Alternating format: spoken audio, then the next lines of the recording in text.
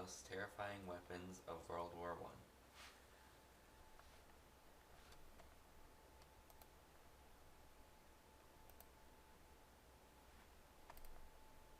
The flamethrower.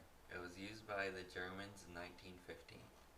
It was called the Flammenwerfer in German. The British used a bigger flamethrower. Um, it was you couldn't hold on to it like the Germans.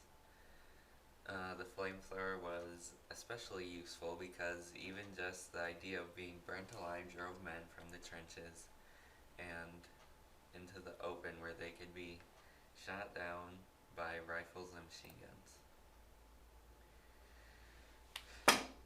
Trench knives. Even with the advent of the firearm, hand-to-hand combat was still a given on the battlefield. Some trench knives were triangular, which caused terrible wounds.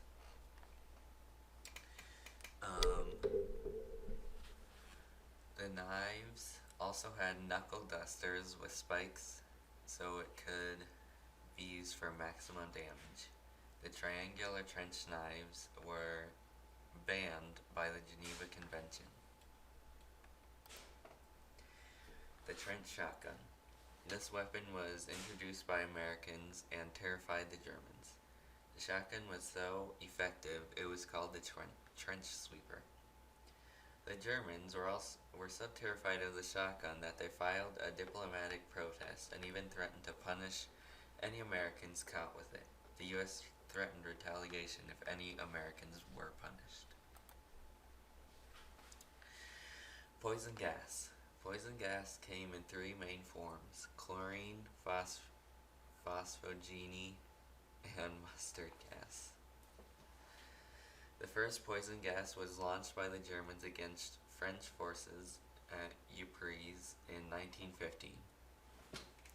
After that, both sides began to develop their chemical weapon arsenal as well as countermeasures.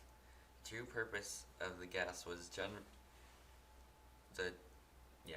generally not to kill, though it certainly could, but to produce large numbers of casualties or to pollute the battlefield and force the enemies from their position.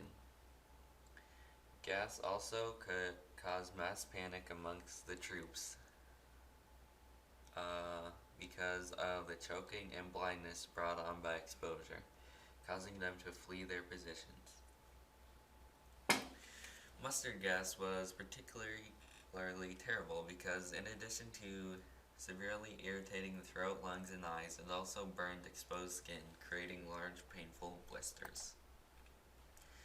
Artillery. Some of the biggest artillery guns were used in World War I. Massive bombardments of artillery shells turned the earth into such a quagmire that later shells failed to go off and just get buried. Massive bombardments destroyed trenches and buried men alive. Artillery bombardments were so prolific that a new term, shell shock, was developed to describe the symptoms of survivors of horrendous bombardments. Machine guns. Machine guns were used to deter and devastate charging armies. Most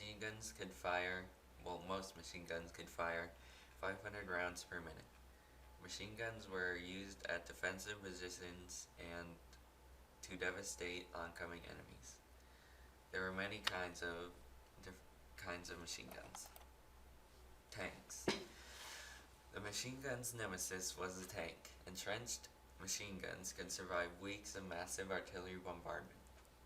A tank could survive oncoming machine gun fire and could push through barbed wire.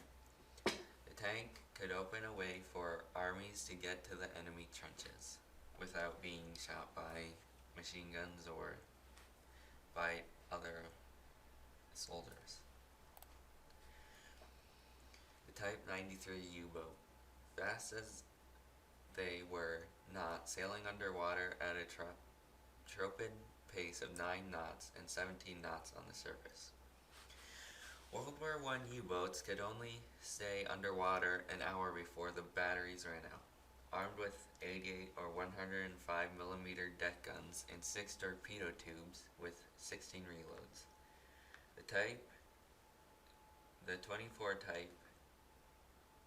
The 24 Type 93s built by Germans sank 400,011 tons of Allied shipping.